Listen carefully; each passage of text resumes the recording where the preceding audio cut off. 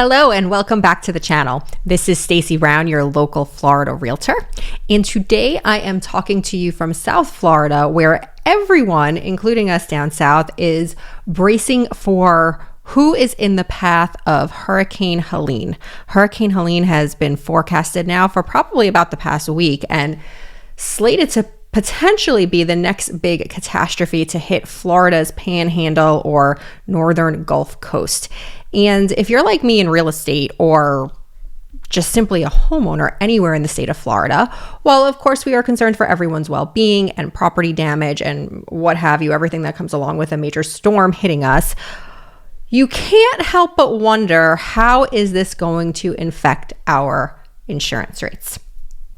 In case you haven't noticed, Florida is having what is called an insurance crisis. And it's interesting to note that where we sit right now, that the average Florida homeowner's insurance policy is sitting at right around $11,000 a year. That is more than triple the national average, which is just kind of coming up close to $3,000 a year. So this is a huge problem, and rates have spiked in the last 2-3 years, and many are scratching their head as to why is this and what can we do to prevent this? Because unfortunately, we're seeing the insurance premiums price people out of their homes. Insurance policies and premiums renew every year. Price hikes are happening, many in double-digit price hikes.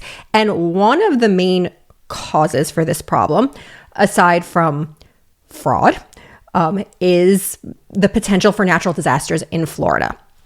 And I think what's important to note about that is, let's look back in history. Let's see kind of how different hurricanes impacted the state.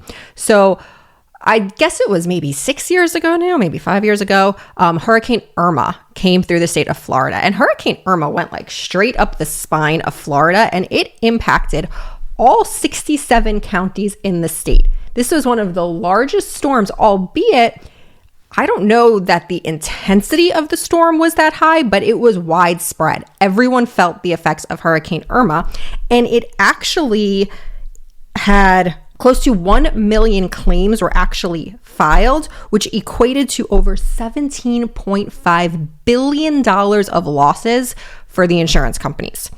Fast forward to about 2 years ago, Hurricane Ian slammed into the Fort Myers Beach area. Storm was much more localized to that area. That resulted in roughly 700 claims, equating to $4.872 billion of losses.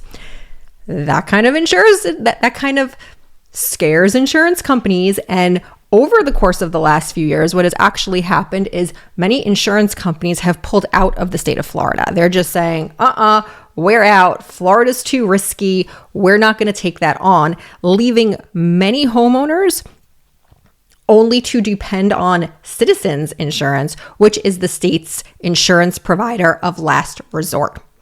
So this kind of puts us in a precarious situation. Over the last 2 years, ever since Hurricane Ian, we haven't seen too many catastrophic storms hit, although about 2 years ago, we did have that no-name storm, which did hit South Florida, sort of around the Fort Lauderdale airport area.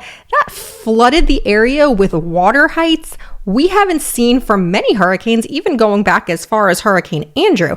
That happened in April. That wasn't even during hurricane season. They considered that a 1 in a 1,000-year storm, and it wreaked havoc on the area. So these are the reasons that we are seeing a lot of insurance hikes going on. And now with this threat to our area, many will fear what that aftermath is going to look like. And if more insurance providers just flat out go bankrupt and they are no longer going to insure in the state, is that going to raise our premiums up even further with Citizens as our insurer of last resort?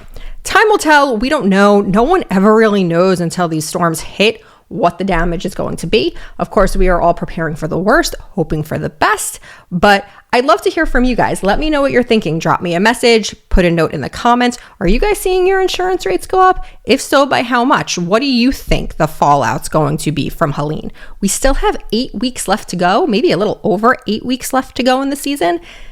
They said this is supposed to be one of the most active hurricane seasons on record. has yet to play out that way, but there's still plenty of time. But the thought of that, if we get more storms in the next 8 weeks, what does that mean for all of our bottom line? How is that going to affect our real estate market as a whole? Insurance plays into this big time. So let me know what you're thinking. And most importantly, goes without saying, if you are in the path of the storm, stay safe. I look forward to hearing from you. See you in the next one.